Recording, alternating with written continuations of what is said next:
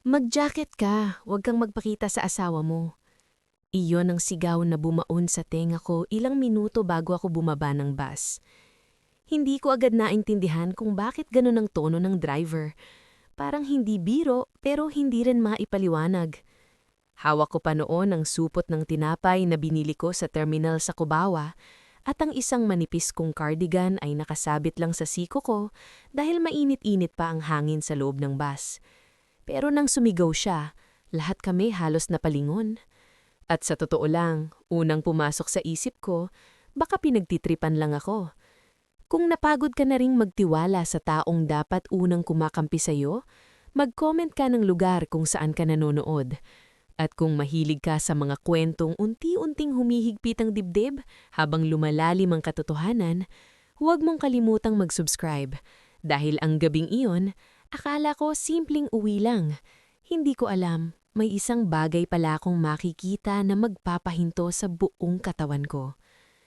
Ako si Belen Santillan, 39 anyos, at sanay akong umuwi ng tahimik.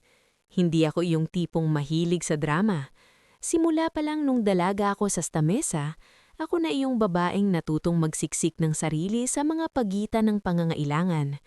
Yung tipong kahit masakit, sasabihin sa sarili, mamaya na lang ako iiyak, may kailangan pang tapusin. Kaya ng gabing iyon, kahit nakaramdam ako ng kakaiba sa sigaw ng driver, ibinaba ko lang ang tingin ko at ngumiti ng alanganin. Bakit po? Taning ko pa, kalahating natatawa. Hindi siya agad sumagot. Nakatayo siya sa pinto ng bus, isang lalaking mukhang lagpas 50 na, pawisan ng noo, may bahid ng ulan ng manggas. Sumulyap siya sa labas, saka muling tumingin sa akin. Basta mag-jacket ka na lang ma'am, sabi niya. Mas mababa na ang boses niya noon. Huwag ka munang didiretso. Parang may kung anong malamig na dumaan sa batok ko. Paglabas ko ng bus, sinalubong ako ng amoy ng basang simento, usok ng tambucho at mantikang paulit-ulit ng ginamit sa maliit na fried chicken stall sa tapat ng terminal. Ang ilaw ng waiting shed ay namumuti at nangingitim sa pagitan. Parang pagod na rin sa pad-duty sa gabing iyon. May dalawang lalaking nag-uusap sa gilid habang may tricycle na umaandar ng pahinto-hinto. Karaniwang gabi sa Maynila. Karaniwang uwi. Pero hindi naging karaniwan ng sumunod. Nasa kalahati na ako ng paglalakad nang napansin ko siya. Si Renato, ang asawa ko. Nakatayo siya malapit sa madilim na bahagi ng terminal sa may bakod na kalawangin kung saan hindi basta napapansin ng mga taong nagmamadaling umuwi. Nakatalikod siya ng bahagya pero kilalang-kilala ko ang tindig ng asawa ko. Medyo bagsak ang kanang balikat at laging nakapasok ang kaliwang kamay niya sa bulsa kapag nag-iisip o may itinatago. May kausap siyang babae. Hindi ko agad nakita ang muka. Ang nakita ko muna ay ang kamay ni Renato. May hawak siyang lumang susi bakal na may pulang piraso ng tela na nakatali sa dulo. Huminto ako. Hindi lang basta napahinto. Parang may humatak sa dibdib ko pababa. Dahil ang susi na iyon, familiar na familiar sa akin. Ganyan din ang pagkakatali ko noon sa susi ng lumang aparado at maliit na silid sa likod ng bahay ng biyanahan ko sa San Juan. Pulang tela, punit sa isang dulo, parang palatandaan para hindi mawala. Ilang taon yung nakita sa bahay na iyon. Ilang taon ding paulit-ulit na sinasabi ni Renato sa akin na nawala na daw yun matapos mamatay ang nanay niya. At biglang, nasa kanya uli. Narinig ko ang tibok ng puso ko sa tenga ko, halos sa tulo ng ulan sa yero ng terminal. Hindi ako lumapit, hindi ako sumigaw, hindi rin ako nagtago ng todo. Nakatayo lang ako sa likod ng poste, hawak ang supot ng tinapay habang pinipilit alalahanin kung humihinga pa ba ako ng maayos. Bakit nasa kanya ang susi? At sino ang babaeng kausap niya? Ang unang hinala syempre, kabit. Kahit sinong babae, iyon agad ang iisipin. Lalo na kung ilang buwan ka nang nakakaramdam na may mga salitang bitin ng asawa mo. May mga gabing tahimik siya pero hindi payapa. May mga tawag na inilalayo niya ang cellphone niya. May mga overtime na hindi mo naman ma-verify dahil hindi ka naman pala away at ayaw mong magmukhang praning. Pero may isa pang dahilan kung bakit mas malakas ang kaba ko kaysa selos. Yung susi, Hindi iyon simpleng susi ng kung anong kwarto. Nung nabubuhay pa ang biyanahan kong si Aling Narda, ilang beses niyang ipinagbawal na pakialaman namin ang maliit na silid sa likod ng lumang bahay nila. Hindi raw doon pumapasok ang kahit sino. Hindi raw laruan ng mga gamit doon. Kahit nang namimili kami ng mga lumang gamit na itatapon, laging sarado ang kwartong iyon. Kahit si Renato minsan pinagagalitan kapag nangisilip. Nung namatay si Aling Narda, akala ko darating ang araw na bubuksan din namin iyon, pero hindi nangyari. Galit na galit si Renato nang minsang banggitin ko iyon. Sinabi niyang, "Hayaan mo na yon, Belen. Wala namang mapapalaron." At ilang linggo matapos iyon, bigla niyang sinabing na wala na raw ang susi. Kaya bakit ngayon nasa kanya? May iniwat sa kanyang babae. Hindi ko maaninag kung sobre ba o maliit na pouch. Tinago ni Renato iyon sa loob ng jacket niya. Pagkatapos, mabilis silang hiniwalay. Hindi sila nagyakapan, hindi sila naghalikan, walang eksenang pangkabit. Pero mas lalong sumama ang pasilamdam ko. Dahil kung hindi iyon kabit, ano ang mas masahol?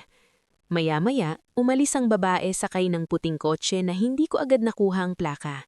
Si Renato naman ay naglakad sa kabilang kanto, doon sa direksyon ng inuupahan naming bahay. Hindi ko siya sinundan agad. Hinintay kong lumayo siya. "Sabi sa'yo, mag-jacket ka muna." Napalingon ako. Nandoon ang bus driver, nakayosi na siya sa gilid, pero nakatingin pa rin sa direksyon na tinumbok ni Renato. "Bakit niyo po sinabi yon?" Tanong ko. Matagal bago siya sumagot. Tumingin siya muna sa akin, sa suot kong manipis na blusa, saka sa hawak kong supot. Kanina pa siyang patingin-tingin dito sa bus stop. Nung nakita niyang pababa ka na, nagtakip siya ng mukha. Akala ko nangungutya o may balak manggulo. Tapos may nakita akong iniwat sa kanya. Hindi ko alam, ma'am, pero hindi maganda kutob ko. Hindi ko sinabing asawa ko si Renato. Hindi ko rin sinabing kilala ko ang susi. Ngumiti lang ako ng pilit saka isinuot ang cardigan ko kahit hindi ko ramdam ang lamig sa balat ko. Ang totoo, sa loob ako giniginaw. Sa loob may nagyeyelong katotohanan na ayaw ko pang pangalanan. Pagdating ko sa bahay, bukas ang ilaw sa sala. Naamoy ko agad ang piniritong galunggong at bawang, yung hapunang dali naming ulam kapag nagtitipid kami sa gitna ng buwan. Narinig ko ang tunog ng gripiano sa kusina. Parang ordinaryong gabi lang uli. Pag-intro ko, sumilip si Renato sa kusina. "Uy, andyan ka na. Na-late ka." Na-late.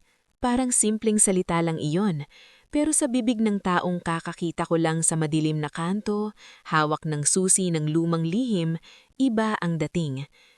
"Traffic," sagot ko. Lumapit siya para kunin ang supot ko, pero umatras ako ng bahagya. Halos hindi halata, pero naramdaman niya.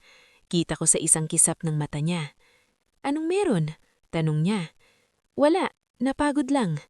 At sa sandaling iyon, habang nakatayo ako sa sala naming may medyo kupas ng kurtina, may mahinang ungong ng bentilador at ilaw na parang masyadong maputi para sa gabing pagod na rin. Doon ko unang naramdaman na may bahagi ng buhay ko na matagal nang gumagalaw nang hindi ko alam. At ang masakit, hindi ko pa alam kung alin ang mas nakakatakot. Ang makita kong nagsinungaling ang asawa ko, o ang posibilidad na matagal na niya akong ginagamit nang hindi ko namamalayan. Hindi ako nakatulog ng maayos nung gabing iyon. Katabi ko si Renato sa kama pero pakiramdam ko may malaking pagitan sa amin na hindi masukat ng kutsyon, unan o kahit ng ilang taon naming pagsasama. Nakatalikod siya sa akin, mahina ang hilik, regular ang paghinga, parang walang anumang naganap sa terminal. Parang wala siyang tinagong susi. Parang wala siyang babaeng kinausap sa madilim na gilid ng kalsada. Parang hindi niya unti-unting binabago ang tono ng buong bahay namin nang hindi ko man lang napapansin. Ako naman, mulat ang mga mata sa dilim. Naririnig ko ang tik-tik ng mumurahing wall clock sa sala, ang mahinang pagtulo ng gripo sa kusina at ang bawat pagdaan ng sasakyan sa labas ng gate. May kakaibang amoy ng kahoy at lumang tela sa kwarto. Amoy na noon ko lang napansin o baka noon ko lang pinilit amuyin dahil nung una ko palang mahuli si Renato sa terminal, pakiramdam ko biglang lahat sa bahay namin naging ebidensya. Kinabukasan, mas maaga akong bigising kaysa sa kanya. Karaniwan, ako ang huling bumabangon kapag Sabado dahil yun lang ang pahinga ko mula sa online selling at pag-aasikaso ng bahay. Pero nung umagang iyon, 5:00 pa lang, nakaupo na ako sa gilid ng ama, pinapakinggan ng kuligret na natitira pa sa bakanting rote sa likod at ang unang tilaok ng manok mula sa bahay ng kapitbahay naming taga Nueva Ecija. Tinignan ko si Renato. Mahimbing ang tulog, bahagyang nakabuka ang bibig, magulo ang buhok, mukhang ordinaryong lalaki lang na pagod sa trabaho. Ganyan ang isa sa pinakamahirap tanggapin sa panloloko. Hindi naman laging mukhang salbahe ang gumagawa nito. Minsan, mukha lang silang mga taong sabay mong pinagluto, pinagplantsahan ng damit, at pinaniwala ang kakampi mo habang ikaw ang unti-unti nilang inaayos para sa sarili nilang pakinabang. Tahimik akong bumangon at lumabas ng kwarto. Sa kusina, pinagmasdan ko ang mesa. May 2 baso pa ng tubig mula kagabi. May maliit naman siya ng toyo sa placemat. Sa may lababo, may isang kutsarita na hindi sa amin. O baka sa amin naman talaga pero hindi iyon ang kutsarita na madalas kong ginagamit. Nakakatawa, no? Kapag may hinala ka na, kahit kutsara nagiging kakaiba. Nag-init ako ng kape at doon ko napansin ang unang malinaw na pagbabago. Ang drawer sa ibaba ng countertop, yung lagayan ko ng resibo, ballpen, lumang charger at maliliit na gamit, iba ang ayos. Ang dating pinagpatong-patong kong mga papel ay mas tuwid. Ang lumang notebook ko na may listahan ng gastos, nasa pinakailalim na. At yung maliit kong zip pouch na pinaglalagyan ko ng mga duplicate key at ID pictures, bahagyang nakabukas. Hindi ako praning na tao, pero organized ako sa sarili kong paraan. Kahit magulo sa tingin ng iba, kabisado ko kung saan ko inilalagay ang bawat bagay. Kaya nang nakita kong may gumalaw sa drawer ko, hindi ko pwedeng sabihing baka imahinasyon ko lang. Tinignan ko ang pouch. Nandoon pa rin ang barangay ID ko. Nandoon ang lumang ATM card na paso, nandoon ang susi ng aparador at gate, pero may kulang sa pakiramdam ko. Hindi ko agad masabi kung ano. Doon ko biglang naalala. Noong 1 buwan, naghanap ako ng lumang Xerox ng valid IDs ko dahil may inaasikaso akong remittance para sa pinsan ko sa Laguna. Hindi ko nakita agad pero sabi ni Renato baka raw naitapon ko. Hinayaan ko na lang. Ngayon habang hawak ko ang pouch, parang may malamig na daliring tumulak sa likod ng isip ko. Paano kung hindi ko na itapon? Paano kung may kumuha?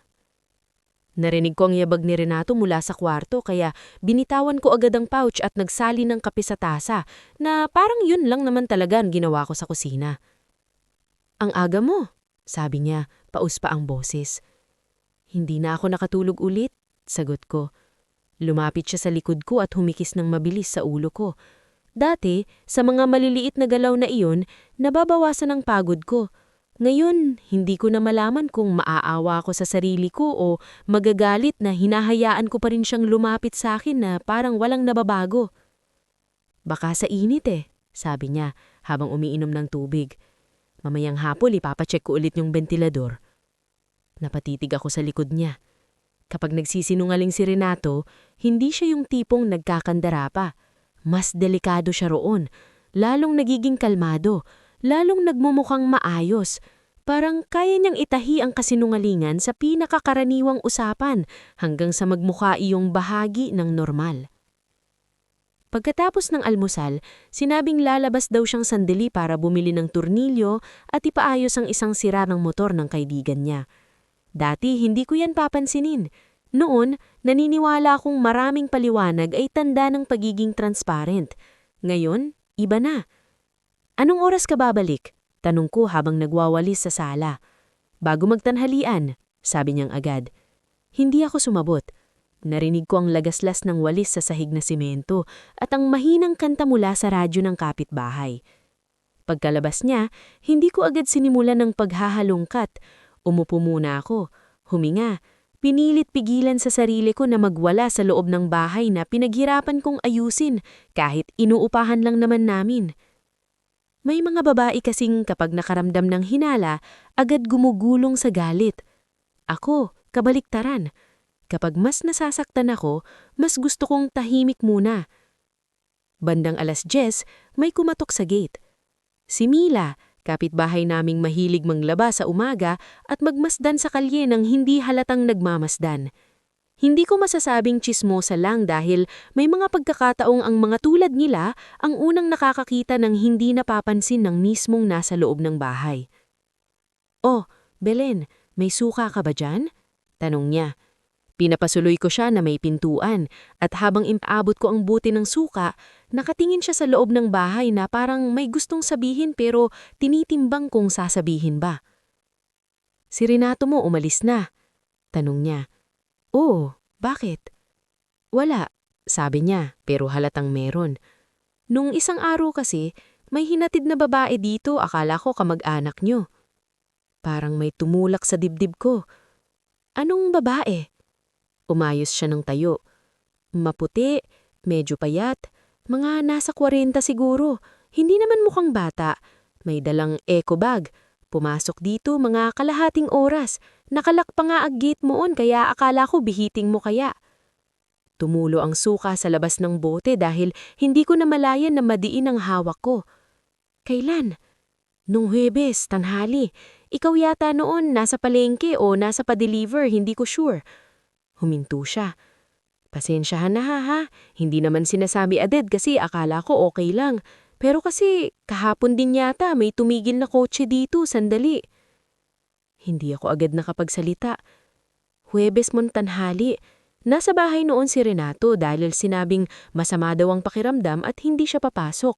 Ako naman lumabas para magpasa ng parcel at mamilengke. Pagka-uwi ko, iba ang ayos ng sala. Naisip ko pa noon baka naglinis siya. May bahagyang amoy ng lumang papel at mothballs pero inisip ko baka galing lang sa iniligpit niyang lumang cabinet. Ngayon, lahat may bagong kahulugan." "May ginawa ba sila?" Pinilit kong pakalmahin ang boses. "Wala naman akong nakita. Basta pumasok lang. Tapos nung palabas na may hawak na parang maliit na kahon o folder si Renato. Yung babae wala na. Nauna siguro." Folder. Ayoko sa salitang iyon sa mga ganitong pagkakataon. Masyado na itong nagiging simbolo sa maraming istorya. Pero sa buhay, hindi naman laging folder ang mahalaga. Minsan, ang mas totoo ay amoy, galaw, at timing. At sa timing pa lang, bagsak na ang loob ko.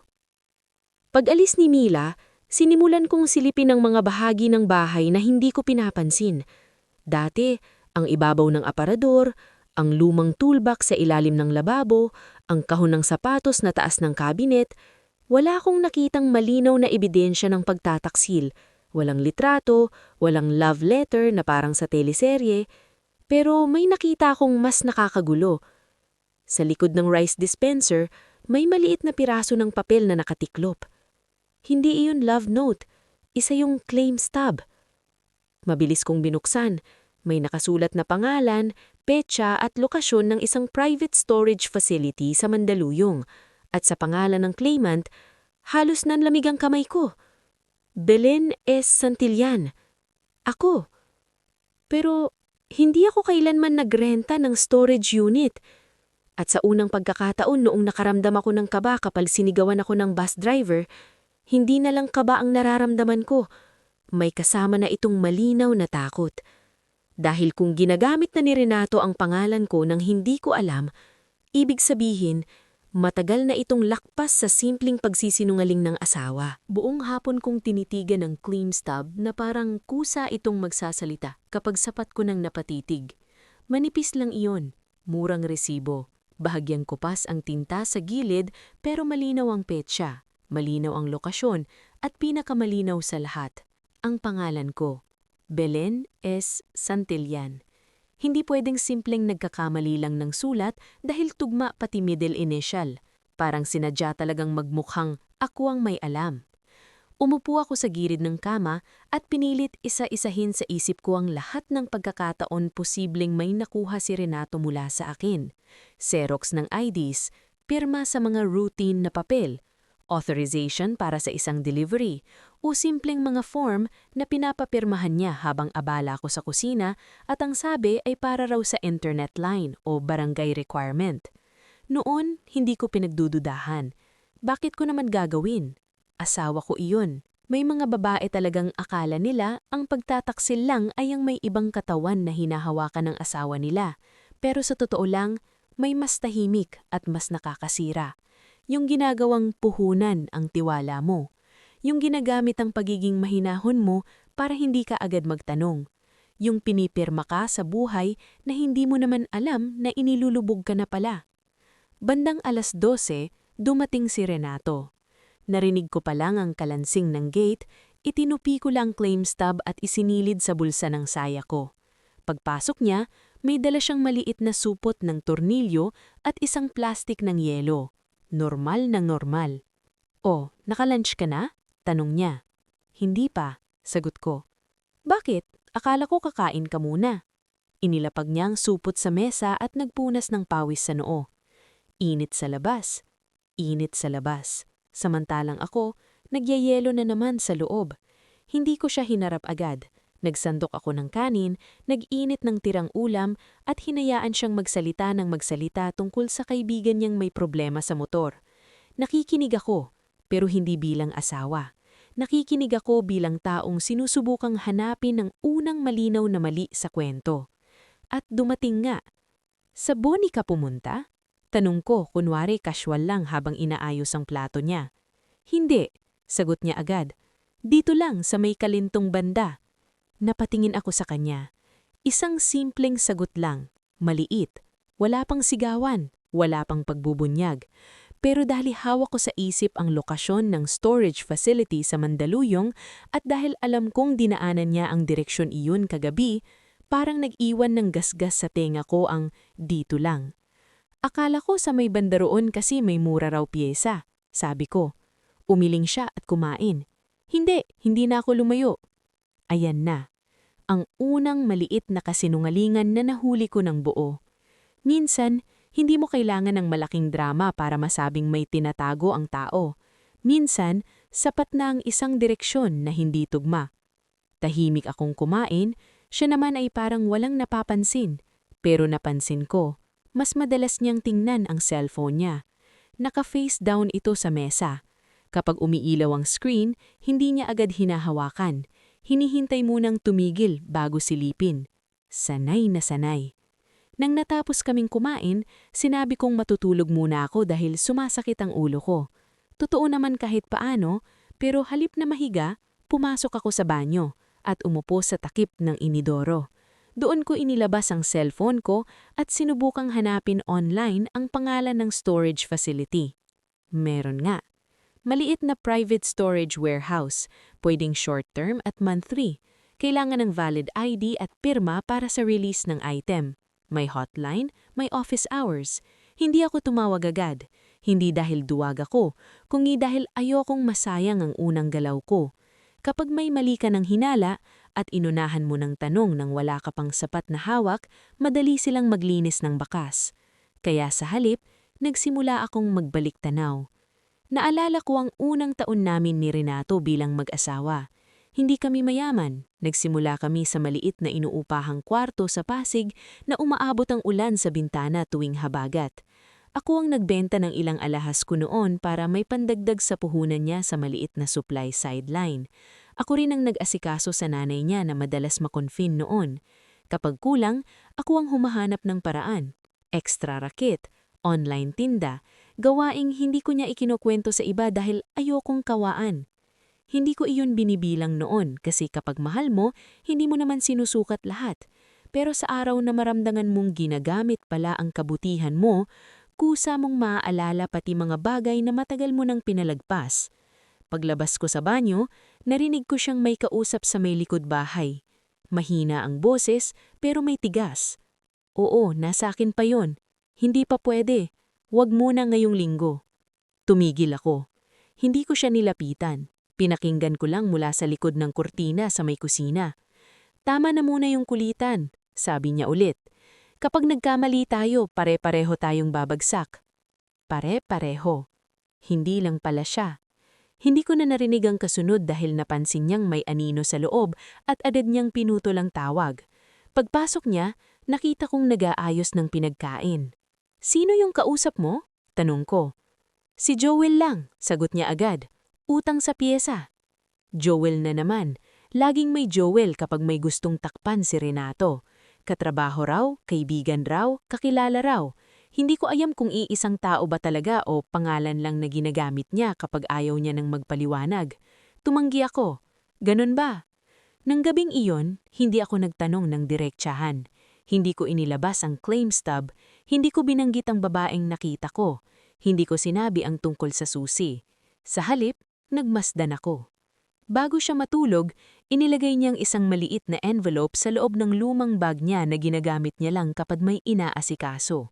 Nang matulog siya, dahan-dahan kong sinilip ang bag. Walang claim stub, walang susi, pero may nakita akong mas mabigat kaysa sa inaasahan ko. Isang photocopy ng valid ID ko na may pirma sa baba. Hindi ko maalalang pinirmahan ko yun para sa kung ano. At may nakasabit pang resibo mula sa isang notary office sa Shaw, petsang 2 linggo nang nakalipas. Araw na sinabi niyang nasa trabaho siya hanggang gabi. Hindi pa iyon ang pinakamasakit. Ang pinakamasakit, habang hawak ko ang photocopy ng ID ko sa naminginig na daliri, doon ko unang tinanggap ng buo ang posibilidad na ito. Hindi lang ako niloloko ng asawa ko. Ginagamit niya ako. At habang nakatitig ako sa pirma kong tila pamilyar pero hindi ko maalalang kusang binigay, naisip ko, kung kaya niya akong ipasok sa isang bagay nang hindi ko alam, ano pa ang nailagay niya sa pangalan ko na hindi ko pa nadidiskubre? Hindi ko agad binalik sa bag ni Renato ang copy-copy ng ID ko. Matagal ko muna iyong hinawakan. Parang baka sa init ng palad ko kusang lumitaw ang sagot kung kailan ko ba pinirmahan iyon at para saan. Pero wala. Pirma ko nga, o kahawig na kahawig ng pirma ko pero wala akong alaala na nagbigay ako ng panghintulot para sa kahit anong may kinalaman sa notaryo, storage, o kung ano man ang pinaplano nila sa likod ko. Dahan-dahan ko iyong ibinalik sa pagkakasuksok sa lumang bag niya. Sinigurado kong hindi mag-iiba ang tiklop, ang anggulo o ang pagkakapatong ng envelope. Kung may isang bagay akong natutunan sa buhay, iyon ay ito. Kapag alam mong niluloko ka na, huwag kang papasok sa laban na emosyon lang ang hawak mo.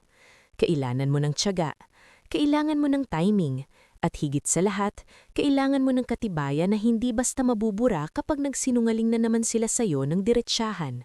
Kinabukasan, Lunes, nagkunwari akong normal ang lahat. Nagluto ako ng itlog at tuyo. Tinimplahan ko siya ng kape. Tinupi ko ang damit niyang papasok kunwari sa trabaho. Siya naman, parang walang anumang mabigat sa bahay na iyon. Nagpasalamat pa sa almusal, humalik pa sa noo ko. At bago lumabas ay sinabing baka gagabihin siya dahil may inaasikasong papel sa opisina. Papel. Lahat na lang papel. Oo, sabi ko lang. Pagkaalis niya, saka ako kumilos. Hindi muna ako dumiretso sa storage facility. Masyadong delikado kung doon agad ako pupunta nang wala pang sapat na alam. Baka may nakakakilala sa kanya. Baka matawagan siya agad. Kaya sa halip, dumiretso ako sa lumang bahay ng biyanan ko sa San Juan. Iyong bahay na halos 2 taon nang bihira naming dalawin, maliban kapag may kailangang ayusin sa buwis o sa kuryente. Dati, kapag pupunta ako roon, may lungkot akong nararamdaman. Dahil kahit istrikta si Aling Narda, doon ko unang naranasang tanggapin bilang bahagi ng pamilya. Doon ko natutunan gumawa ng ginataang munggo ayon sa gusto niyang palapot. Doon ko natutunan ang katahimikan ng isang bahay ay pwedeng magmukhang payapa kahit marami ng itinatago. At doon din, sa likod ng makipot na pasilyo at sa tapat ng bintanang laging may amoy ng alikabok at kulob na kahoy, naroon ang maliit na silid na pinagbabawalan kaming buksan noon. Pagdating ko, binati ako ng matandang katiwala ng compound na si Mang Isko. "O, Belen, napadalaw ka," sabi niya habang nagwawalis ng tuyong dahon sa tapat. "May kukunin lang sana akong lumang plato," sagot ko. Hindi ko rin alam kung bakit iyon ang una kong nasabi. Siguro dahil kapag nagsisinungaling ka sa mas matanda, kailangan simple lang para hindi halatang pinag-isipan. Tumanggo siya. Wala si Renato. Pumasok. Napatingin siya sa akin, tapos umiwas agad. Maliit na kilos lang, pero nakita ko. "Bakit po?" Tanong ko kunwari wala lang. Wala, sagot niya. Nung isang linggo kasi may pinakuha rin siya rito. Akala ko magkasama kayo. Doon ako tuluyang tumigil sa paglalakad. Nung isang linggo? Oo, gabi na nga iyon eh. May kasama pang babae. Sabi taga-records daw ng lumang papeles. Parang may mabigat na bakal na ibinagsak sa sikmura ko. Babae na naman. Pero ang mas mahalaga ay pinakuha rin siya rito. Anong pinakuha? Maingat kong tanong. Kumakato si Mang Isko sa batok. Hindi ko naman nakita lahat. Basta binuksan nila yung likod na silid. May inilabas na 2 kahon. Akala ko pinapaayos na ang wakas. Hindi ako agad nakasagot. Binuksan nila ang silid. Ibig sabihin hindi lang basta hawak ni Renato ang susi. Matagal na niyang iyong ginagamit. At lahat ng galit at iwas niya noon kapag binabanggit ko ang kwartong iyon, hindi dahil gusto niyang igalang ang alaala ng nanay niya, kundi dahil ayaw niyang malaman kong may laman pala itong mahalaga. Tahimik akong nagpasalamat kay Mang Isko at pumasok sa bahay. Mainit sa loob pero amoy luma ang hangin, amoy natuyong yero, nakatagong damit at kahoy ng ilang taon nang hindi nabilag ng maayos sa araw. Ang liwanag mula sa bintana ay guhit-guhit sa sahig at ang bawat hakbang ko ay parang masyadong malakas sa katahimikan. Dumiretso ako sa likod. Nandoon pa rin ang pinto ng silid, lumang kahoy, kupas ang pintura, at sa gitna ay may bagong gasgas malapit sa siradura. Hindi na ito yung itsurang matagal nang hindi nagagalaw. May sariwang bakas ng paggamit ng tao. Inilabas ko ang cellphone ko at kinuhanan ko ng litrato ang pinto, ang gasgas at ang alikabok sa palibot na halatan may bahagi ng nabura ng pagpasok at paglabas ng tao. Wala akong susi, pero may naisipan ako. Sa ilalim ng lumang altar cabinet sa sala, may maliit na kahon na minsang tinago ni Aling Narda ng mga ekstrang gamit. Bombilya, karayom, lumang kandado, at minsan duplicate keys. Ilang beses ko iyong nilinis noon. Hindi ko lang alam kung nandoon pa rin. Lumuhod ako sa sala at dahan-dahang sinilip sa ilalim. Nandoon ga ang lumang lata ng biskwit. Kinabahan ako habang binubuksan. Halo-halong gamit ang laman. Lumang rosaryo, barya, isang sirang relo, 2 susi ng gate, at sa pinakailalim ay isang maliit na susi na may kupas na bakas ng pulang tela sa butas. Hindi ako makahinga ng maayos ng ilang segundo. Duplicate. Kaya pala hindi ako makapakali, kaya hindi ko matanggap na simpleng pagkakasinungaling lang ito. Dahil ang mismong katahimikan ng bahay na iyon ang nagpapatunay na matagal na akong inilalayo sa totoo. Nang isaksak ko ang susi sa pinto ng silid, nanginginig ang daliri ko. Pumasok. At nang tuluyan kong maitulak ang pinto, sinalubong ako ng amoy ng lumang papel, mothballs, at kahong karton na matagal nang pinagpahingahan ng alikabok.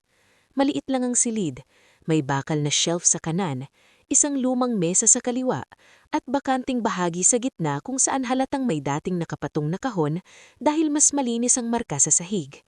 May 2 kahon nga ang nawawala, pero hindi lahat. Sa ibabaw ng mesa, may ilang tirang papeles, hindi maayos ang pagkakasanlaksan, parang nagmamadali ang kumuha. May lumang resibo ng ospital ni Aling Narda, certificate ng pagpapagawa ng bubong noong 2018 at isang dilawing envelope na walang laman. Sa sulok ng shelf, may logbook. Inabot ko iyon. Lumang ledger, makapal, at nung una ay akala ko listahan lang ng gastusin sa bahay. Pero nang buksan ko, iba ang laman. Petsa, halaga, mga pangalan, at sa ilang pahina ay may nakasulat na salitang paulit-ulit na ibawas sa bahagi at aayusin sa pangalan ni B. Si B. Ako lang ang B sa pamilyang iyon. Mabilis ang tibok ng puso ko habang binabasa ko ang sumunod na pahina. Hindi malinaw lahat, pero sapat para maunawaan ko ang direksyon. Na nung may mga pagkakautang si Renato at ang isa niyang kapatid dahil sa dating negosyong palpak, may mga gamit o papeles mula sa mga naiwan ni Aling Narda na ginamit para may maibang bayad o maipangako sa tao. At sa isang bahagi ng ledger ay malinaw ang sulat. Kung sakaling si Belen ang pumirma, mas madali. Napaupo ako sa lumang silya. Hindi ako napaiyak agad, hindi ako nagwala. Ang nangyari, lalo akong natahimik. Dahil sa sandaling iyon, Tuluyan ng binasag ang huling depensang pilit kong kinakapitan na baka may paliwanag si Renato na hindi pa lang niya masabi. Wala na. Hindi ito simpleng pagtatago ng pera, hindi ito kabit, hindi ito isang impulsive na pagkakamalit. Planado, matagal, at ako ang ginawang pinakamadaling daanan. Kinuhanan ko ng litrato ng bawat pahinang mahalaga. Hindi lahat, para hindi halatang kung may babalikan sila. Saka ko ibinalik ang logbook sa pwesto. Bago ako lumabas, may napansin pa akong maliit na punit na papel sa ilalim ng mesa. Isang bahagi ng claim receipt at malinaw ang nakalagay na unit number sa storage facility. Sa wakas, may direksyon na ako. At habang ikinakandado ko ulit ang silid, alam kong hindi na ito usapin ng paghuli sa asawa kong nagsinungaling. Ito na ang simula ng pag-aalam kung gaano kalaki ang ginawa nilang paggamit sa pangalan ko at ano ang kailangan kong iligtas bago mahuli ang lahat. Hindi ako dumiretso sa bahay pagkagaling sa San Juan. Umupo muna ako sa maliit na karinderya sa may gilid ng kalsada sa tapat ng vulcanizing shop. Umorder ako ng kape kahit tirik ang araw dahil pakiramdam ko kapag hindi ako naupo, hindi ko kakayaning bitbitin sa katawan ko ang lahat ng biglang bumagsak sa akin. Maingay sa paligid. May humahampas na martilyo sa yero, may nag-uusap na delivery rider, may radyo sa kabila na tumutugtog ng lumang kanta ni Basil Valdez. Pero sa loob ko, parang sobrang hina ng mundo. Ang malinaw lang ay ang mga salitang nabasa ko sa ledger. Kung sakaling si Belen ang pumirma, mas madali. Ilang beses ko iyong inulit sa isip ko hanggang sumakit ang sentido ko. Hindi ako ang plano. Hindi ako ang kasali sa usapan. Hindi ako ang may kontrol. Ako ang pambayad. Ako ang mukhang malinis na pangalan sa gitna ng mga taong matagal nang gumagawa ng gulo. Ako ang madaling iharap sa papel dahil tahimik ako, masipag at bihirang kumontra. Nung una, akala ko baka patungkol lang iyon sa lumang gasto sa ospital ng biyanan ko. Baka may inareglo si Renato noon at ginagamit lang ang pangalan ko para sa reimbursement o kung anuman. Pero habang mas iniisip ko, mas lumilinaw na hindi ganun kasimple. May storage unit, may claim stub, may notarized copy ng ID ko, may babaeng pumupunta sa bahay, at higit sa lahat, may silid na matagal nang hindi pinabubuksan sa akin dahil may bakas doon ng isang lumang planong ngayon lang tuluyang gumagalaw. Bandang 2:00, tinawagan ko ang hotline ng storage facility. Bago ako tumawag, ilang beses ko munang ininsayo sa isip ko ang sasabihin ko. Hindi ako pwedeng padalos-dalos, hindi ako pwedeng magtunog desperado. Kaya nang may sumagot na receptionist, mahinahon ng boses ko. "Magandang hapon po," sabi ko. "Magtatanong lang sana ako tungkol sa unit na nakaregister sa pangalan ko. Nawala ko po kasi ang kopya ng agreement." "Hihingi po tayo ng verification, ma'am. Name po?" "Belen." May narinig akong pagtatype sa keyboard. "Ma'am, for privacy reasons, limited lang po ang pwede naming i-disclose by phone. Pero yes, may existing unit under that name. Kailangan niyo pong personal magpunta with valid ID." Nangingilid ang lumha ko pero hindi sa pag-iyak, sa bigat ng kumpirmasyon. Hindi ako baliw. Hindi ako gumagawa ng multo sa isip. Totoo, may unit nga sa pangalan ko. "May authorized representative po ba?" tanong ko. Saglit na katahimikan. "Meron pong nakalistang alternate contact, pero hindi ko po pwedeng isabi by phone. Personal appearance po talaga." Nagpasalamat ako at pinatay ang tawag. Hindi ko naubos ang kape ko. Mapait na yun kahit hindi naman nilagyan ng sobrang asukal. Sa isip ko, isa-isa dumudugtong ang mga butas. Hindi ko pa rin alam kung ano ang nasa storage pero malinaw na may access si Renato. At kung may alternate contact, malamang si siya o ang babaeng nakita ko sa terminal. Pag-uwi ko, nadatnang kong wala pa siya. Mabuti. Tahimik akong pumasok sa kwarto at inilabas ko ang lumang envelope kung saan ko itinatago ang mga importanteng resibo at photocopies. Doon ko unang pinagtabi ang mga hawak ko, litrato ng logbook, claim stub, punit na resibo sa silid, at notes tungkol sa mga petsa ng mga kasinungalingang naaalala ko. Habang ginagawa ko iyon, may pumasok na mensahe sa cellphone ko mula sa hindi nakasave na number. "Ma'am Belen, Ako po si Liza. Ako po yung dating staff ni Aling Narda sa records. Kailangan po yata kitang makausap. Huwag niyo pong sasabihing ako ang nag-text ha. Napatayo ako. Ilang segundo akong nakatitig lang sa screen. Ito ba ang babaeng sinabi ni Mang Isko? O ibang tao ito? At paano niya nakuha number ko? Hindi ako sumagot agad. Pinakalma ko muna ang paghinga ko. Saka ako nag-reply. Sino po ulit? Ano po ang kailangan? Mabilis siyang sumagot. May mga papel pong kinuha sa lumang bahay. Hindi po dapat iyon inilalabas ng walang pirma ninyo. Nalaman ko lang po kasi pinahanap din sa akin dati ang old inventory. Natatakot lang akong madamay. Napaupo ako sa gilid ng kama. Doon ko unang naramdaman ng isang bagay na mas mabigat pa sa takot. Ang kahihiyan.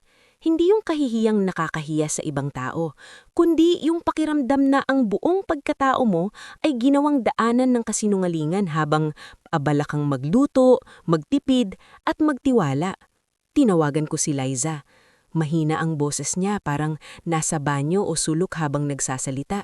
Sinabi niyang dating tumutulong siya kay Aling Narda sa pag-aayos ng mga lumang papeles, mga titulo, tax declarations, lumang resibo, at listahan ng mga alahas na naisanla noon para maipagamot ang yumamang asawa ni Aling Narda. Nung namatay ang biyanan ko, tumigil na rin siyang pumunta sa bahay. Pero 2 linggo daw ang nakalipas, bigla siyang tinawagan ng isang babae at ni Renato para hanapin ng lumong inventory at tukuyin kung aling items ang may kasamang withdrawal slips o acknowledgement receipts. Bakit po? Tanong ko. Pilit pinipirmi ko ang boses. Hindi ko rin po alam sa umpisa. Akala ko legal na transfer. Pero ninervyos ako nung narinig na pangalan yung ginagamit. Kasi nung buhay pa si Ma'am Narda, malinaw sa usapan na may mga bagay doon na hindi pwedeng igalaw nang walang pirma ninyo. Dahil kayo raw ang pinakamaaasahan niyang magtago ng records kung sakaling may gulo sa magkakapatid. Parang biglang bumagal ang paligid. Ako? Tanong ko. Opo, kayo raw kasi ang mauhog humawak ng pera at papel. Kaya may ilang listahan na may annotation sa name ninyo. Hindi ibig sabihing inyo lahat. Ibig sabihin lang, kayo ang witness at trusted keeper. Trusted keeper. Hindi owner. Hindi beneficiary. Hindi sikreto. Tagapag-ingat. At ginamit yun para palabasing may pahintulot ako. Maaari po ba tayong magkita? Opo, pero wag ngayon. May nakakakita sa akin. Bukas po sa may simbahan sa Mandaluyong 10:00. Dadalhin ko po ang kopya ng inventory list na itinira ko sa sarili ko noon para sa akin. Pagkababa ng tawag, hindi ako nakagalaw agad. Sa wakas, malinaw na ang isa sa pinakamahalagang bagay. Hindi pala ako aksidenteng nadawit. May dahilan kung bakit pangalan ko ang ginamit. Dahil sa dating tiwala ng biyanan ko sa akin. Dahil kilala nilang hindi agad magdududa. At dahil sa papel, sapat na minsan ang isang pirma, isang kopya ng ID, at isang taong nag-aakalang pamilya pa rin ang nasa paligid niya. Kagabi, umuwi si Renato na pagod ang mukha at tila mabait na mabait. Magdala pa ng hopya galing raw sa office mate. Kumain kami ng tahimik. Maya-maya, siya pa ang nagtatanong, "Okay ka ba? Parang wala ka sa sarili." Muntik na akong matawa. Ganito pala ang pakiramdam ng tahimik na pagkapuot. Hindi ka naninira ng gamit, hindi ka sumisigaw, hindi ka agad bumibitaw ng masasakit na salita. Tinititigan mo lang ang taong kaharap mo at iniisip mo kung ilang beses kanyang nakita bilang gamit imbis na asawa. "Pagod lang," sabi ko. Tumango siya tapos biglang nagsalita na parang wala lang. "Baka bukas umalis ulit akong sandali. May aasikasuhin pa akong papeles sa lumang bahay." Papeles, lumang bahay. At sa unang pagkakataon, hindi takot ang naramdaman ko, kundi malinaw na desisyon. "Sige," sabi ko. Dahil bukas, hindi na akong isang babaeng naghihinala lang. Bukas, magsisimula na akong mag-ipon ng ebidensyang kayang magtama sa pangalan ko. At sa loob-loob ko, unti-unti nang umiiba ang anyo ng laban. Hindi na ito tungkol sa paghuli sa asawa kong may tinatago, kundi sa pag-aalam kung gaano karami ang kinuha nila. bago ko pa mabawi ang hindi dapat nawala sa akin. Kinabukasan, maaga akong umalis ng bahay. Sinadya kong mauna kay Renato sa paggising para hindi na niya ako masyadong mapansin. Sinabi kong pupunta ako sa supplier ng packaging materials para sa online selling ko. At dahil sanay na siyang ako ang gumagalaw sa maliliit na bagay sa bahay, hindi na siya nagtanong ng marami. Isang ingat lang ang binitiwan niya habang nagsusuot ng sapatos. Sa totoo lang, gusto kong titigan siya ng matagal at tanungin, kailan mo ako sinimulang ituring na pirma lang? Pero hindi pa pwede. 10:00, nasa tapat na ako ng maliit na simbahan sa Mandaluyong, malapit sa plaza. Mainit ang araw, at may halong amoy ng kandila, lumang pader at kwek-kwek mula sa kanto. Ilang minuto akong makaupo sa waiting shed bago ko nakita si Liza. Hindi siya mukhang babaeng karelasyon ng asawa ko. Nasa early 40s, payat, kulang sa tulog ang mata at halatang kabado. May dala siyang itim na eco bag at paulit-ulit na tumitingin sa likod bago lumapit sa akin. "Kayo po si Belen?" Mahina niyang tanong. Tumanggo ako. Umupo siya sa tabi ko pero hindi agad nagsalita. Inilabas niya muna ang isang transparent envelope mula sa bag, saka iyon hinawakan ng mahigpit, parang ayaw pa niyang bitawan. "Pasensya na po kung ngayon lang ako nagsabi," sabi niya. Nung una akala ko legal naman ang lahat, pero nung nakita kong may affidavit na draft na pinapagawa, kinutuban ako. "Anong affidavit?" tanong ko. Doon niya inabot sa akin ng envelope. Sa loob, may photocopy ng inventory list mula sa lumang bahay ni Aling Narda. Nakalista roon ang ilang alahas na dati pa lang naisangla at natubos, mga lumang acknowledgement receipts at isang kahon ng personal documents na may annotation for safekeeping, witness B. Santillan. Ako nga, pero hindi pa yun ang pinakamasakit. May isa pang papel sa loob, draft ng isang affidavit na hindi pa notarized. Hindi kumpleto, pero sapat para malinaw ang layunin. May gustong ipalabas na voluntaryo kung ipinahiram, ipinahawak, o ipinagamit ang ilang documents at recovered valuables para masettle ang lumang obligasyon ng pamilya. Parang sumikip ang dibdib ko. Hindi ako inilalagay sa gitna ng love triangle.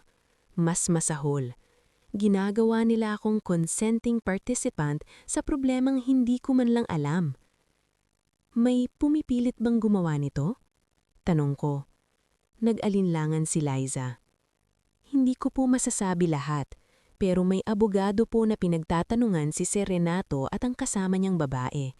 Hindi pa raw final kasi kulang sa pirma ninyo, kaya siguro po kinukuha nila ang sample IDs at old signatures." Naalala ko bigla ang mga lumang resibong pinapirmahan niya ako noon. Ang mga pa-receive lang, ang mga pirmahan mo nga rito para sa parcel, ang mga simpleng papel na hindi ko na pinagtutuunan ng pansin. "At yung babae?" tanong ko.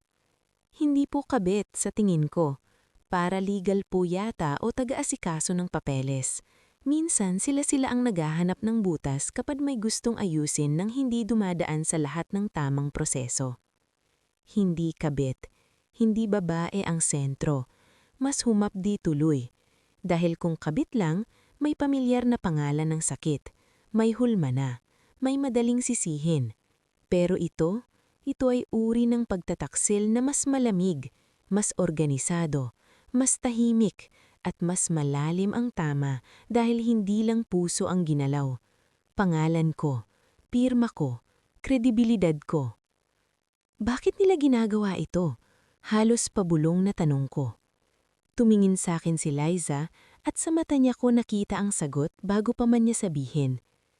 "Ma'am, mag-iingat po kayo. Hindi po kayo ang target. Kayo po ang ginagawang daan." Sa biyahe ko pa uwi, doon ko tuluyang tinanggap ang midpoint ng lahat. Hindi ako nakikipag-agawan ng asawa sa ibang babae. Hindi ako basta biktima ng lihim na pag-ibig. Ako ang taong tahimik na pinili para maging harapan ng pag-aareglo ng kasalanang hindi akin. At habang sumasayad ang gulong ng jeep sa lubak ng EDSA, isa-isa kong inayos sa isip ang susunod na hakbang. Hindi ako pwedeng sumugod. Hindi ako pwedeng magwala. Kailangan kong matiyak kung ano talaga ang nasa storage unit. Kailangan kong malaman kung sino ang alternate contact. Kailangan kong maputol ang access nila bago nila magamit ng buo ang pangalan ko. Pagdating sa bahay, nakita kong naroon na si Renato. Nasa sala siya, tahimik, may hawak na cellphone. Pagkakita niya sa akin, numiti siya. "Oh, nakabili ka?" "Oo," sabi ko. Hindi siya tumayo. Hindi rin ako lumapit. Sa pagitan namin ay ang maliit naming mesa, ang bentilador na umiinit sa bawat ikot at ang lihim na wala na akong balak hayaan pang lumaki. At sa sandaling iyon, habang tinitignan ko ang muka ng lalaking minsan kong pinaniwala ang pahinga ko sa buhay, malinaw na sa akin ang pinakaayaw kong tanggapin noon. Ang bagay na nagpahinto sa akin sa terminal ay hindi lang susi. Susi iyon sa paraan ng asawa ko ng paghahawak sa akin, hindi bilang katuwang, hindi bilang mahal, kundi bilang pinakatahimik na paraan para iligtas ang sarili niyang pamilya mula sa kapalpakan nila. At dahil alam ko na yon, may isa na akong hindi pwedeng gawin. Hindi na ako pwedeng manatiling tahimik nang walang plano. Sa susunod na galaw ko, hindi na ako maghahanap lang ng sagot. Magsisimula na akong magputol ng daan. Hindi ako agad gumante. Iyon ang una kong ipinangako sa sarili ko noong gabing malinaw na sa akin ang buong hugis ng panloloko. Dahil kung may isang bagay na gusto ng mga taong sanay manggamit, iyon ay ang mauna kang sumabog. Kapag nauna kang nagwala, madali ka nilang tawaging emosyonal. Madali nilang ipalabas na hindi mo naintindihan, kulang ang detalye, o masyado kang nag-iisip. At sa huli, ikaw pa ang magmumukhang may diferensya. Kaya kinabukasan, bumangon ako na parang ordinaryong asawa pa rin. Nagluto ako ng lugaw dahil sinabi ni Renato na mabigat ang tiyan niya. Nilagyan ko pa ng luya at maraming paminta, gaya ng gusto niya. Nang umupo siya sa mesa, tumingin siya sa akin na parang sinusukat kung may napansin ba ako sa mga kilos niya nitong mga araw. "Bakit parang ang tahimik mo?" tanong niya. "Pagod lang," sabi ko. "Marami ring iniisip sa benta." Tumanggo siya at humigop ng lugaw. Hindi niya alam, habang nakaupo siya roon at kumakain ng inihain ko, may mga hakbang na akong sinimulang ayusin sa likod ng katahimikang iyon. Pagkaalis niya, ang una kong pinuntahan ay ang notary office sa show na nasa resibong nakita ko sa bag niya. Hindi ako basta nagtanong kung may dokumento sila tungkol sa akin. Alam kong hindi nila pwedeng ibigay iyon agad. Kaya ang sinabi ko, may concern ako sa posibleng maling paggamit ng ID at pirma ko at gusto kong malaman kung may paraan para ma-flag ang pangalan ko kung may dokumentong papasok na kahina-hinala. May edad na ang babaeng nasa receiving desk. Maingat siyang magsalita. "Ma'am, hindi po namin pwedeng sabihin ang detalye ng clients, pero kung may concern po kayo sa misuse ng identity, pwede kayong gumawa ng written notice at mag-iwan ng specimen signature for comparison para kung may susunod pong magpapasa, maingat kami." Parang unang beses kong nakahinga ng medyo maluwag. Hindi pa yun panalo, hindi pa nga yun sampal, pero iyon ang gusto ko. Hindi sigaw, kundi harang. Nag-iwan ako ng sulat, maikli pero malinaw. Naka-attach ang photocopy ng valid ID ko at sa dulo may isang linya. "Any document purportedly signed by me without my personal appearance is unauthorized and subject to formal complaint." Paglabas ko roon, dumiretso ako sa storage facility. Mas malamig ang loob kaysa inaasahan ko. Amoy karton, air freshener at bagong mop.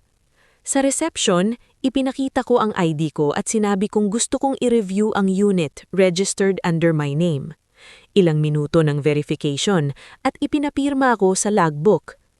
Doon ko unang nakita ang unang piraso ng domino. Sa visitor and access log, may mga petsa at sa tatlong naroon, may pirma sa ilalim ng column ng authorized access. Hindi ko kailangang maging eksperto para malaman na hindi ko sulat yon. Magkahawig oo, pero hindi akin. Kulang sa liku ng B, Iba ang bagsak ng S. Ma'am, kayo po ba ang kasama nitong alternate contact dati?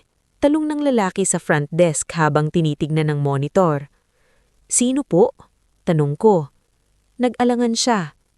Hindi ko po pwedeng sabihin ng direkta, pero ang record po ay may male contact. Lalaki. Iyon na si Renato. Hindi ko ipinakita sa mukha ko ang bigat ng narinig ko. Sa halip, sumunod ako sa staff papunto sa unit. Pagbukas ng maliit na storage room, amoy lumang papel at tela ang bumungad sa akin. May 2 kahon, isang maliit na metal case, at isang plastic container na may masking tape sa gilid. Hindi ginto ang nakita ko. Hindi alahas na kumikislap, hindi malaking yaman. Mas mabigat pa roon. Dokumento. Lumang resibo ng sanggalan, acknowledgement slips, isang listahan ng retrieved items sa mga dating na isang lang gamit ni Aling Narda, at sa ilalim ng metal case, may brown envelope na nagpalamig ng buong likod ko nang makita ko ang label. For Settlement Support, BSS Authority Draft. Hindi ko iyon binuksan sa loob mismo. Humingi muna ako ng permission na i-review ang content sa reading desk area dahil unit ko naman yun. Nang binuksan ko ang envelope, nandoon ang mga papel na kulang sa draft na ibinigay ni Liza. Mas malinaw, mas kumpleto, at mas tuso. Kinuhaan ko ng litrato bawat pahina. Humingi ako ng certified copy request form para sa access logs. Nagbayad ako para sa printout ng access history. At bago ako umalis, isang huling tanong ang ibinato ko sa receptionist. Kapag gusto ko pong i-restrict ang unit to personal access only, pwede po ba? Opo ma'am, immediate effect. Pagawa po. Sa isang pindot ng system at pirma sa tamang papel, natanggalan na ng daan si Renato nang hindi pa niya alam. Pag-uwi ko, nadatnan kong nasa bahay ang hipagig niyang si Lorna. Nasa sala sila, mahina ang usapan, pero nang nakita ako, sabay silang namihimik. Maaga ka, sabi ko. Maaga rin palang bisita mo, sabi ko. Ngumiti si Lorna na halatang pilit. Napadaan lang. Napadaan. Sa dami ng napadaan sa buhay ko, alam ko na ang ibig sabihin niyan. Nagluto ako ng hapunan habang naririnig ko ang pabulong nilang usapan sa sala.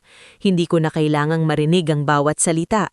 Sapat nang makita ko ang kaba sa balikat ni Renato at ang biglang maagang pag-uwi ng hipagig niya na matagal ko nang pinaghihinalang may alam sa galawan ng pamilya nila. Kagabi, habang kunwari ay natutulog na ako, narinig ko siyang may tinatawagan. Ano? Bakit biglang restricted? Mahina pero madiin niyang sabi. Paano nangyari yon? Hindi ko gumalaw ang katawan ko. Malamang may nagsumumbong, sabi niya uli pagkatapos ng ilang segundo. Hindi pa rin siya pwedeng makaalam ng buo. Siya? Ako? At sa unang pagkakataon, nakaramdam ako ng kakaibang lakas na hindi galing sa galit. Dahil sa wakas, hindi na lang ako ang naghahabol sa katotohanan. Ako na ang nauuna sa galaw. Kapag nasimulan mo ng putuli ng daan ng mga taong akala nilang kontrolado ka nila, may isang bagay na laging sumusunod. Nagkakamali sila sa pagmamadali. Iyon mismo ang nangyari kay Renato. Kinabukasan, hindi na siya gaanong kalmado. Maaga siyang nagising pero hindi siya tulad ng dati na tahimik lang maghahanda at lalabas. Nagtatanong siya ng paikot. May pinuntahan ka ba kahapon? Marami. Sagot ko habang nagtutupi ng tuwalya. Saan banda? Bakit? Wala. Nagtatanong lang. Hindi ko siya sinagot ng diretsyo. Hinayaan ko siyang malunod sa sariling hinala. Dahil iyon ang kabaligtaran ng ginawa niya sa akin nitong mga nakaraang linggo. Noon, ako ang nag-iipon ng maliliit na duda. Ngayon, siya naman. Pagsabit ng tanghali, dumiretso ako sa barangay hall malapot sa lumang bahay ni Aling Narda. Hindi para magsampa agad ng reklamo, kundi para humingi ng certification of presence and witness note kay Mang Isko tungkol sa gabing may pinakuha si Renato sa bahay. Hindi formal na affidavit agad. Ayokong gulatin ang lahat. Ang kailangan ko muna ay dokumentadong patunay na may tao, may petsa, at may pagpasok sa silid. Sa kabutihang palad, mabait ang barangay secretary na matagal na ring nakakakilala sa pamilya ng biyenan ko. Belen, kung may identity misuse ito, huwag mong hayaang salita lang, sabi niya. Lagi dapat may papel. Iyon mismo ang gusto kong marinig. Pagkatapos noon, nakipagkita ulit ako kay Liza. May dala siyang isa pang kopya ng old inventory at isang maliit na notebook kung saan minsan daw niyang isinulat ang mga item na ini-verify sa kanya ni Renato at ng babaeng taga-asikaso. Hindi man yun official na ledger, sapat iyon bilang corroborating notes sa chain ko. Maya-maya, may text si Lorna. Belen, pwede ba tayong mag-usap? Huwag mo munang sasabihin kay Renato. Napahigpit ko ang hawak ko sa cellphone. Hindi ako sumagot agad. Bandang hapon, nagkita kami sa isang bakery sa may kanto. Mukha siyang puyat. Hindi yung puyat na kulang sa tulog, yung puyat na ganing sa takot. Belen, sabi niya, halos hindi makatingin ng diretsyo. Gusto ko lang sabihin na hindi lahat ng alam mo, buo pa. Natawa ako ng mapait. Talaga? Kasi ang dami ko nang nalaman na hindi ko naman dapat malaman. Napayuko siya. Unti-unti lumabas ang totoo. Matagal na palang may obligasyon ng kapatid nilang si Rico mula sa negosyong pinasok noon gamit ang ilang pinangakong family assets. Nung buhay pa si Aling Narda, napigilan niya itong lumaki dahil maingat siya sa records. Pero nang namatay siya, nagkanya-kanya na. Nang humabol ang pinagkakautangan, naghanap ng paraan si Renato at si Lorna para maiwasang madamay ang pangalan ng pamilya nila sa mas malaking gulo. At dahil may mga listahan at records na may note ng pangalan ko bilang witness at safekeeper, doon nagsimula ang ideya. Kung magmumukhang may pahintulot si Belen, mas madali ang settlement. Hindi ako nakasagot agad. Hindi dahil nagulat ako, kundi dahil sa puntong iyon, wala nang matitila sa pagitan namin ni Renato na pwedeng tawaging pag-aasa. Dahil paano ka pa maniniwala sa taong nakita kang posibleng ipangtapal sa butas ng pamilya niya? Hindi ko gusto to, umiiyak na sabi ni Lorna. Nung una, akala ko simpleng authorization lang, pero nung nakita kong may ginagawa ng affidavit, natakot na rin ako. Pero hindi mo ako sinabihan. Tahimik siya. At hinayaan niyong umabot sa puntong pati pirma at ID ko, pinaglaruan niyo. I'm sorry. Minsan ang sorry, hindi nakakagaan. Lalo lang itong pinapalinaw kung gaano mo katagal pinatiisan bilang taong kayang lumunok ng sakit nang walang eksena. Pag-uwi ko, hindi ko na pinatagal. Nasa sala si Renato. Nakaupo. Tahimik. Parang hinihintay na rin niya ang susunod na mangyayari. Inalis ko na ang access sa storage. Sabi ko, agad. Naputla siya. Wala nang paikot-ikot. Anong ibig mong sabihin? Tanong niya pero basag na ang tono. Ibig sabihin alam ko na ang tungkol sa affidavit draft. Alam ko na ang tungkol sa access logs. Alam ko na ang tungkol sa lumang silid, sa inventory, sa notary receipt at sa paggamit mo ng panalan ko. Tumayo siya. Makinig ka muna. Hindi. Mahina lang ang boses ko pero buo. Ikaw ang makinig. Hindi ako sumigaw. Hindi ko binasag ang plato, hindi ko ibinuhos ang galit ko sa taas ng boses. At marahil iyon ang pinakakinakatakot niya dahil sa unang pagkakataon, wala siyang maikakabit sa akin na hysterical, OR o padalos-dalos.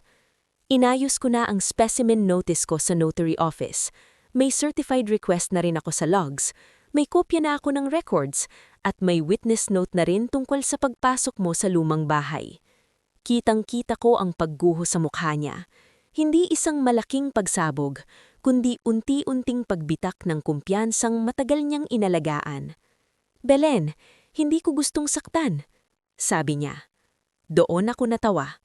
Totoong tawa, pero walang saya. Hindi mo ba talagang napansin? Sabi ko. Mas masakit itong ginawa mo kaysa sa simpleng pagtataksil dahil hindi mo lang sinunangilan ng puso ko. Ginamit mo ang pangalan ko. Napaupo siya ulit. Hinawak ang ulo. Gipit ako. Ginigipit kami. Kaya ako ang pinili mong isugal? tahimik. At sa tahimikang iyon, naintindihan kong tapos na. Hindi dahil gusto kong dramatic ending, kundi dahil ang tiwala, kapag ginawa mo ng kasangkapan laban sa taong nagbigay nito sa'yo, bihira nang maibalik sa dati. Darating ang sulat ng abogado, hindi para ipakulong ka agad, para itama ang records, itigil ang unauthorized use at ayusin ang obligasyon nyo nang hindi ako ang front. Napatingin siya sa akin na parang saka lang niya ulit nakita, pero huli na. Dahil sa pagkakataong iyon, ang babae sa harap niya ay hindi na yung dating tahimik lang sa kusina habang siya ang nagpapasya. Ako na ang naglagay ng hangganan. At mula doon, isa-isa nang kumalas ang lahat ng kasinungalingan na matagal nilang pinagtulungan. Hindi ko piniling eksenang gusto ng iba. Walang sigawan sa barangay na pinanood ng buong kanto. Walang sabunutan. Walang eksenang lahat biglang lumuhod o nagmamakaawa sa harap ko. At higit sa lahat, walang biglaang yamang reveal na parang iyon lang ang sukatan ng hustisya. Ang pinili ko ay mas tahimik, pero mas matibay. Sa tulong ng abogado na ni-refer ng kakilala ng barangay secretary, ipinadala ang formal demand letter sa mga dapat padalhan, kay Renato, sa kapatid niyang si Rico, at sa babaeng taga-asikaso ng papeles. Kasama roon ang notice na hindi ko ina-authorize ang paggamit ng pangalan, pirma o anumang ID ko sa settlement nila. Nakalakip din ang request for correction, withdrawal of any draft instruments, and preservation of documentary evidence. Hindi sila agad sumagot, pero tulad ng inaasahan ko, doon nagsimula ang totoong domino. Una, nag-back out ang babaeng taga-asikaso. Nang malaman niyang hindi ko ina-authorize ang paggamit ng pangalan, pirma o anumang ID ko sa settlement, umatras siya at nagsumbite ng sariling explanation para linisin ang pangalan niya. Pangalawa, hindi na pumayag ang notary office na tumanggap ng kahit anong dokumento na may pangalan ko nang wala akong personal appearance. Pangatlo, dahil restricted na ang storage at may request akong certified access history, wala nang makakuha ng laman doon ng palihim. Pang-apat, si Lorna mismo ang napilitang magbigay ng written statement, hindi dahil bigla siyang naging bayani, kundi dahil ayaw niyang siya ang susunod na madamay kapag lumaki pa ang usapin. At panghuli, ang mas mabigat sa lahat, ang pinagkakautangan ni Rico nang makitang hindi pala pwedeng gamitin ang pangalan ko bilang clean way sa settlement, direkta nang hinarap ang tunay na may pananagutan. Doon tuluyang nabasag ang plano nila.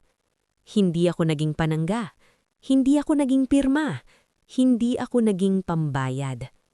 Pagkatapos ng ilang linggo ng sulatan, paliwanagan at pag-aayos, nagkaroon ng settlement na wala na akong anumang legal o documentary connection.